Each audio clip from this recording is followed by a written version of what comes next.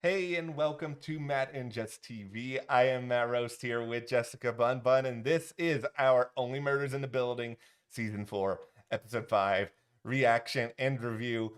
This show is now fully committed in we're just going to try to give everybody a heart attack in the closing minute. For the second straight week, they have decided to just pull off one of the biggest cliffhangers known to humankind. Yeah, it's crazy. That cut to black, it leaves a lot of questions of, did we just have somebody else get killed? Like what is going on here? Is this The Sopranos? Like, I what is with this ending? Hey, they have to save something for the next episodes that we're all here talking about. What happened? Did something happen to somebody? Like, is it just a fake out? Yeah, what makes this episode so great, and I do think personally this is a much better episode than last week, which I thought was the weakest one of the season. But what makes this one so great? One, we have like that big cliffhanger. Two, we have at least a little bit of answers on, I don't know if we should call this like Chekhov's reenactment, the scene with the person at the window possibly planning the shooting that's been in all the trailers. I'm so happy. I'm so happy that this killer that Yeah. we have all been talking about all season, that was in the trailer.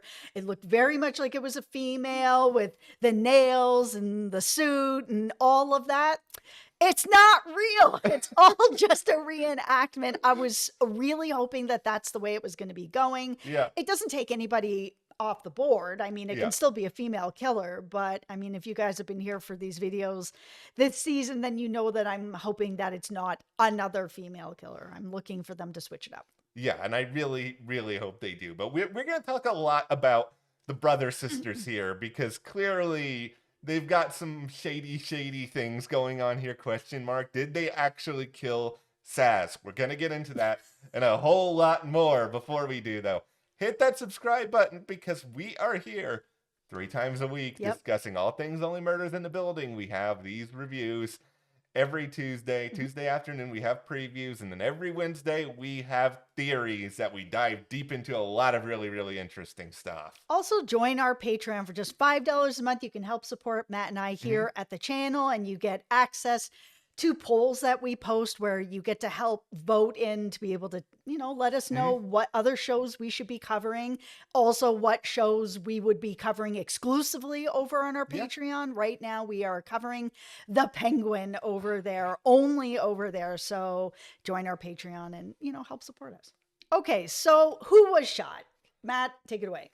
Okay, so I feel like it's one of the brother sisters, and I think the biggest reason why is that we all probably know that they're not the people responsible for Sazz's death. We're at episode 5. They're not going to reveal the killers in episode 5. There's just like no justification for that at all. So I think what they're going to do, and I had been saying for a little while that I felt like whoever was hired to kill Sazz or Charles was going to end up getting killed themselves so that way they couldn't tell anyone who hired them, and it was going to be like a twist on top of a twist. I think the brother sisters know something, but I think somebody's going to take one of them out or both of them out before they're able to really talk that much about it, and this is sort of the way in which that they're going to make that happen. Yeah, I don't think the brother sisters are the killers. We are too early on in the show for it to be like, it's them. They were at the Dudnoff apartment. It's like, okay, it was revealed in Variety that Dudnoff was a professor of film. So do they know Dudnoff? Probably. Maybe he was their professor. They're directors and he's a professor of film. So like maybe that is the connection, and maybe that's why they're there. Maybe they're related to him. Maybe this is, they're his daughters or something, like, and they were in the apartment. They're looking for him as well, because I know that there's also this like article out there that's like, Dudnoff's going to be showing up. I still think he's dead. He's dead. He's dead. He's dead. He's dead. Whoever is showing up is an imposter. It is not him. I just feel really confident about this. Well, it could be an imposter. I've said for a while, I think Dudenoff is like this organization, and it may be this organization of like hired killers, and that's where they're going. Or it could be a flashback. I mean, we could be seeing Yes. Dudenoff, but we could be seeing Dudenoff, I don't know, years ago when some of the Westy Besties first moved in. Like, there's a lot of different possibilities. Yeah, I think that the brother sisters know or knew Dudenoff, and that's why they were in the apartment. They are not the killers. All right, everybody, I've got the joke of the year right here. Okay. So, if Dudenoff is the father of the brother sisters, does this make him the brother sister father? Oh my goodness. That's pretty good. It's pretty good. Everyone is laughing in the comments right now. Listen, they do want us to really think about the brother sisters as a possibility. Yeah. I mean, this first shot that we saw of them, they were like standing over this really long, thin case Yeah. and wheeling it into the elevator. And I was like, you guys really want me to think that that is a sniper, and it's not. No, they're not gonna be. I mean, granted, I don't know enough about directing to tell you what that actually is, but no, it is not a sniper. That's not what is going on here. I just think this is a situation where they must know something, because the footprints have to be relevant. Like, that part of it seems to be very, very clear that, okay, thanks to Eva Longoria and her sticky match, we now know that that footprint matches one of the brother sisters, which matches the Dudenoff. So unless somebody else out there has the same exact pair of shoes, which I guess is possible, but that's a little bit hacky for this show, I think that one of them had to have been over there at some point. Absolutely. But was it during this 12-minute window? I don't know. Okay, so let's talk about this timeline, this 12-minute timeline that this all happened in. Because there are two things that we know for sure that make this timeline truthful. And one of them is the phone call that Sazz made to Bev. There's a timestamp on that phone call of when that phone call was made, seemingly at the party. And we're going to get into like a whole bunch of like season 3 connections in this episode, because there was a lot more than I thought. So we know that that call was made right before Sazz went up to Charles's apartment. The other timeline we know when she died is when the incinerator went off, because we had Oliver be like, oh, that's weird about the lights going on and off. That only happens in the building when the incinerator goes off. So that timeline that they have, that 12 minutes, that is absolutely the timeline. So we saw the whole recreation of like, can it all be done by one person? Nah, it can't be. But that's where we're still like, well, then there must be a hitter. There must be somebody on the other side that took the shot and somebody on the other side that cleaned up. Is it the brother sisters? Stop. She's not lifting Sazz's 6-foot body over her shoulder like that. You guys know, if you've been here a while, that I'm a former funeral director.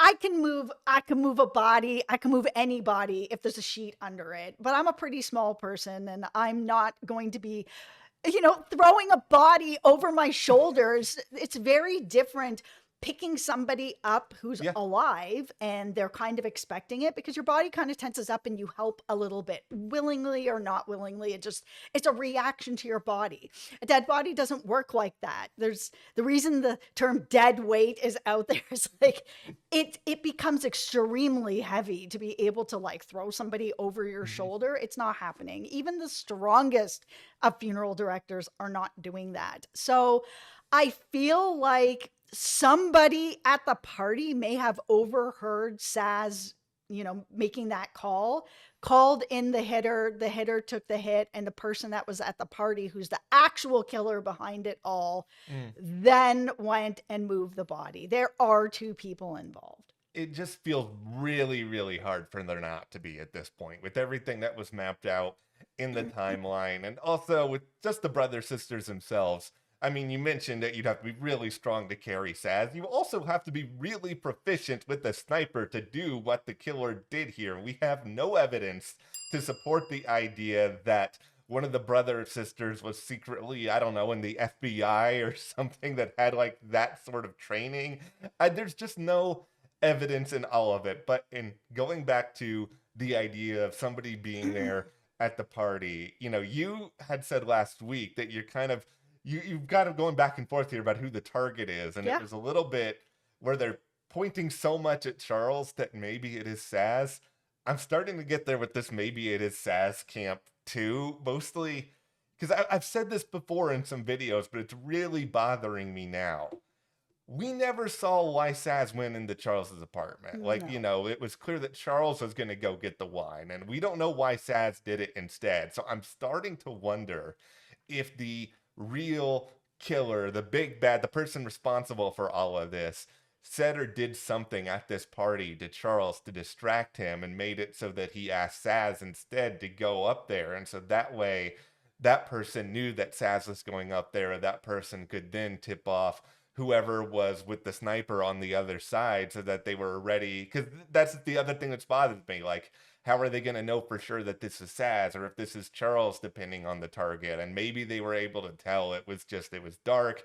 It was at a distance. For some reason, Sazz didn't turn on the lights in the apartment when she went in there. Yeah, I mean, I think that phone call she made to Bev, I'm gonna put my beef All on right. hat here All right. on, like, oh my God, it was such a wah wah wah. Like, when it was revealed that Bev doesn't know Saz at all, but for some reason she knows about her really special, like, big plan of paradise, of what she, is going to do for her retirement. She's going to have this trampoline park that's not even together yet, but somehow Bev knows to go there. It was so weird. And she's just like, yeah, I don't know, Saz, but she just left me this message about, the Only Murders movie is having a problem. So Saz knew about this movie last season before the trio knew. She never told Charles that this was happening. None of them knew that it was happening, but Saz knew that it was happening. And it just feels like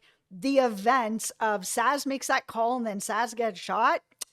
It's too much of a coincidence. I feel like somebody was at the party. And let's get into some of the season 3 connections that were just like pop, pop, pop, pop, pop going on at the beginning of this episode. So we're having Marshall around. He's giving his sort of his side of everything. He's the person who was a fan of the Only Murders podcast.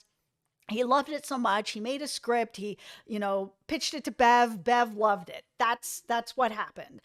But then he's like, he says, quote, this page has to dazzle. I'm like, dazzle? Okay, listen, Death Rattle Dazzle. We know what you're doing here with this. Not everybody uses that word. And then it was like a couple scenes later, Charles shows this murder board to Detective Williams, and he also says, quote, get ready to be dazzled. I'm like, okay, so now we've used dazzled twice, which feels like quite a lot. Like, why is this happening so many times? Then we see this imagining of like, oh, this is how it all happened. And in this recreation, we see Charles take a hanky out and clean up the blood with it, which also happened in season 3. And then we also know that there was Sazz on the ham radio in episode 5 in season 3. There are so many connections to season 3 that it feels like somebody at the party did this. I will admit, I'm pretty conflicted with a lot of stuff when it comes to all of this, because there's a lot of characters in season 3 that I don't think we're ever going to see again. Tons. But at the same time, could there be somebody who was linked to the movie without anybody knowing, who called somebody else, who was affiliated with what's going on? I think the thing I feel the most clear about right now is that what Sazz was going to warn Charles about was probably not too different, as just at least my thinking, from what she said to Bev Mellon, which is just that, oh, by the way, Charles, there's this movie that's going to be being made about you, but you should know that there's something off about it. Somebody has some really bad intentions. You need to be prepared. We've said this for a while. I don't think it's so bad as that Sazz knew that Charles was potentially going to be killed or anything like that serious, but it was serious enough that she was willing to go to the party and try to make some sort of plan to talk to him as soon as possible. Yeah, the sensitive information is about the movie. Absolutely. He didn't know what was happening and she did know what was happening. And for me, it feels like it doesn't necessarily have to be somebody who was linked to the play, but it can be somebody who was linked to the trio or to all of them on the outside, like a Joy or a Scott Bakula. Listen, we need to talk about Scott again. All right, let's do it. Because when all those murder boards were up and Detective Williams was like, bro, there's too many murder boards happening. Yeah. There was one part of this murder board that was kind of like motives, and tucked in the corner, one of them was, quote, other jealous TV cops.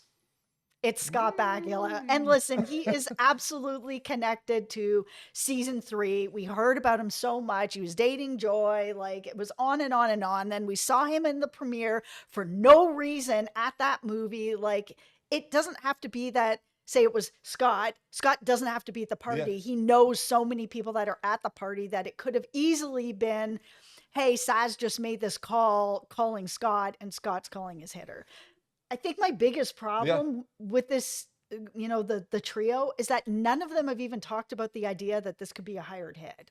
That's the weirdest thing to me. And it's also weird to me, even in this episode, that they just kind of came to the conclusion that there might be 2 people involved now. Because we, circa episode 1, we were both already kind of like this. Well, what if it's 2 people? It feels like that's a conclusion that they could have drawn, just as they could have drawn that this was a hired hit, because only so many people are going to be able to pull off that shot. Or why hasn't anybody talked about that text message that came in at the end of the first episode that's like, I'm not your friend?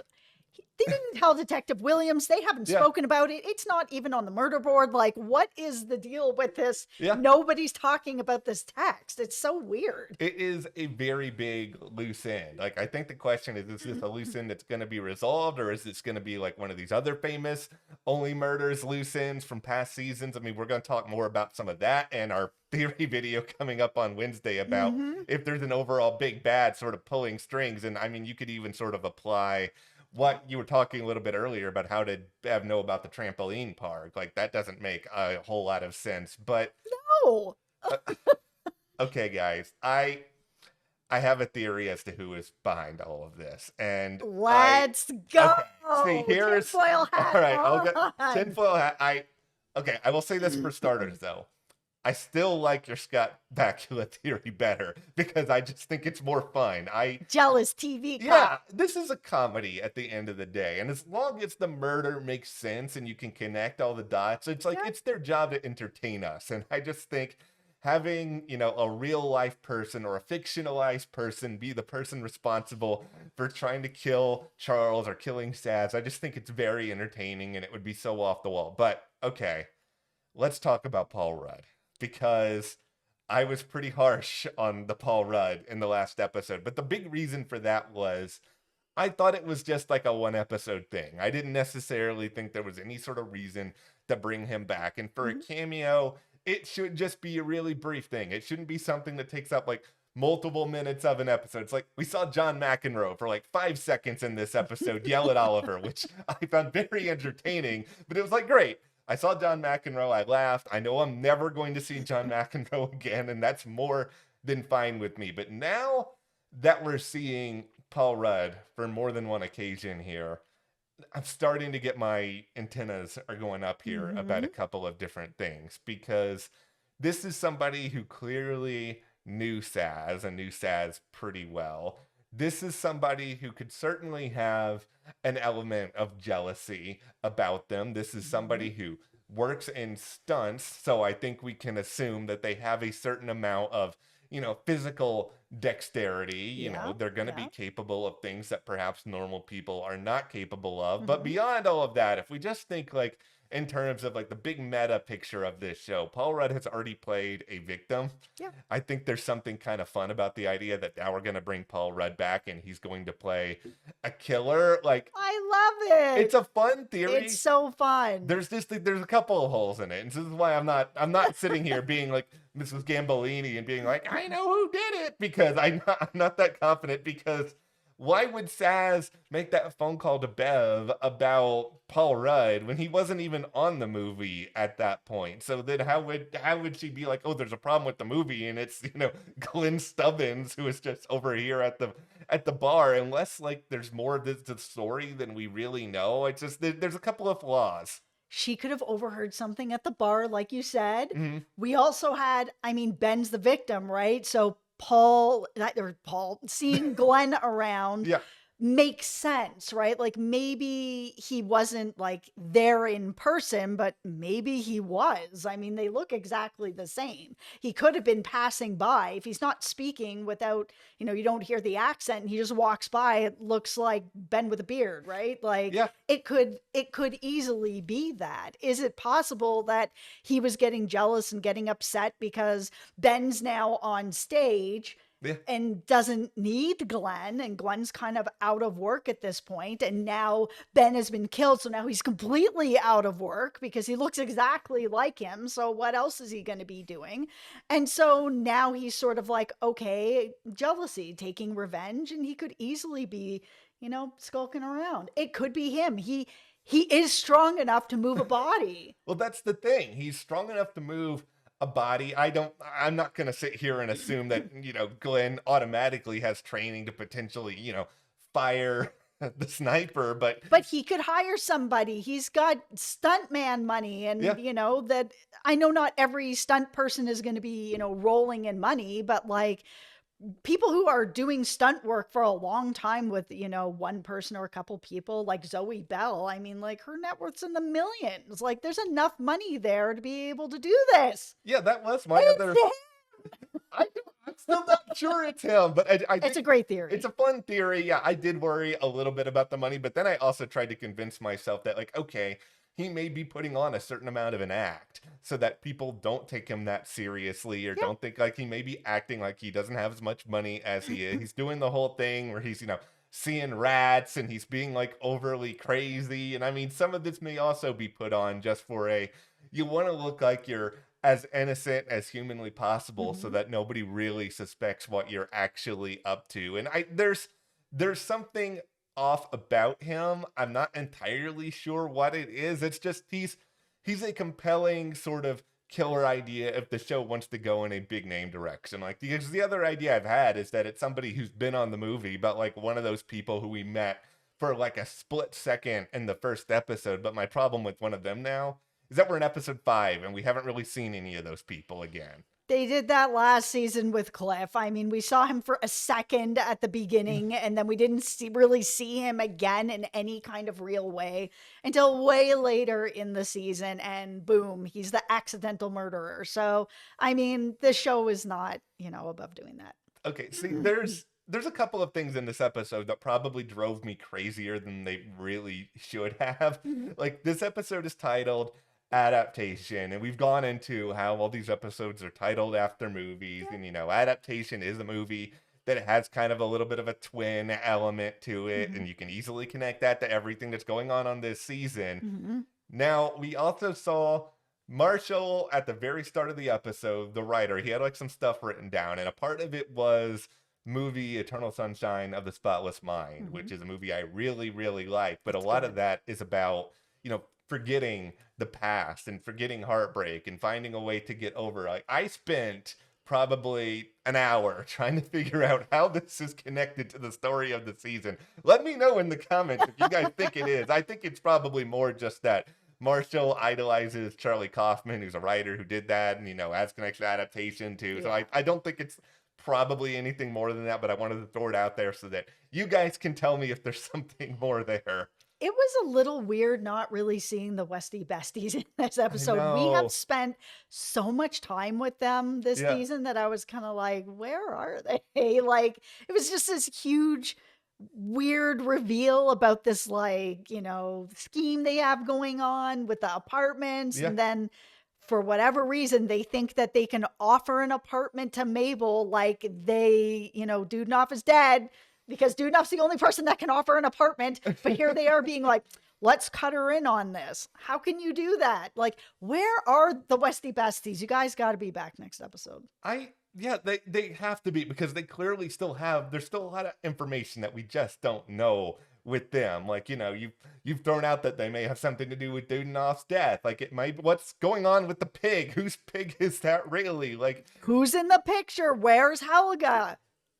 okay, is Mabel going to pitch animal jobs to Bev Mellon at some point? Because I kind of Probably. feel like that is coming based on that conversation.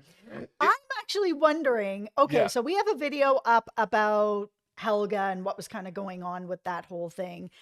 Does anybody else out there think that what she was saying on the ham radio, where she was like, oh, the last person that was like snooping around, whatever, got, does anybody think that she might be talking about Dudenoff? Am I the only person on dead Dudenoff Island over here that thinks that he's not alive? I don't think you are.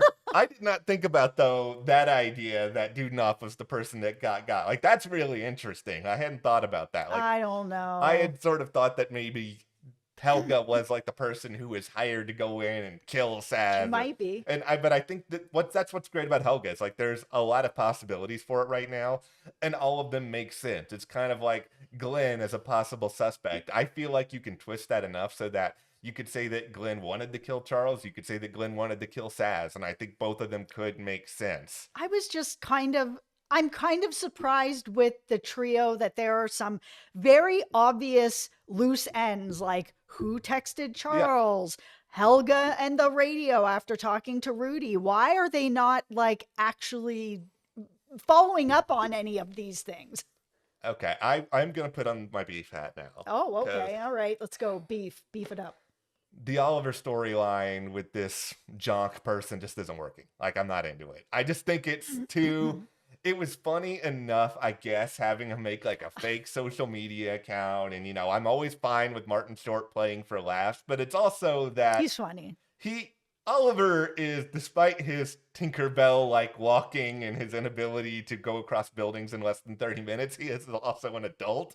And so there are certain points in the storyline I'm just like, just call her and say, hey, listen, I'm feeling a little bit insecure about this large muscular arm. You are doing all of this, Oliver, and now we have people saying jonk all the time, which it was maybe funny for like 5 seconds. They did too much jonk for my jonking in this episode. I was over it by the end. Listen, I believe in it because I am a huge Catfish fan. And the amount of straight up adults that are acting like this is like crazy. I think it was like season 7 had like 99 episodes or something. It was so crazy how many of the people that are on the other end of some of this stuff and their thought process and how they got here in the first place are like straight up adults. I don't know. I think it's just like, maybe it's just because I really want to just have Meryl Streep on the show.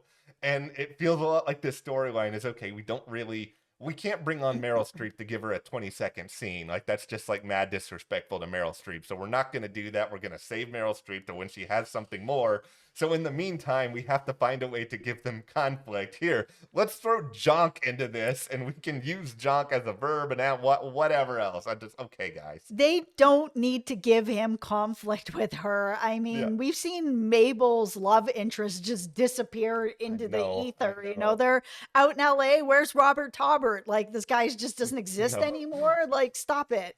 They could have easily done something like that with Meryl Streep and just have them have, a decent relationship and things are going to be going okay. Oliver has enough to do, and Martin Short is still very funny. There's lots of other things that they could give him to do. Okay, I have 2 more things here about this episode. Number 1, it is the obligatory, we talk about how good Divine Joy Randolph is, because in 1 minute of this episode, so good. Her reaction to the murder board, take all this down at the end of it while she's walking away. She's right. 3 murder boards. I understand though, but because there are so many possibilities of who might actually be the target, I also understand that.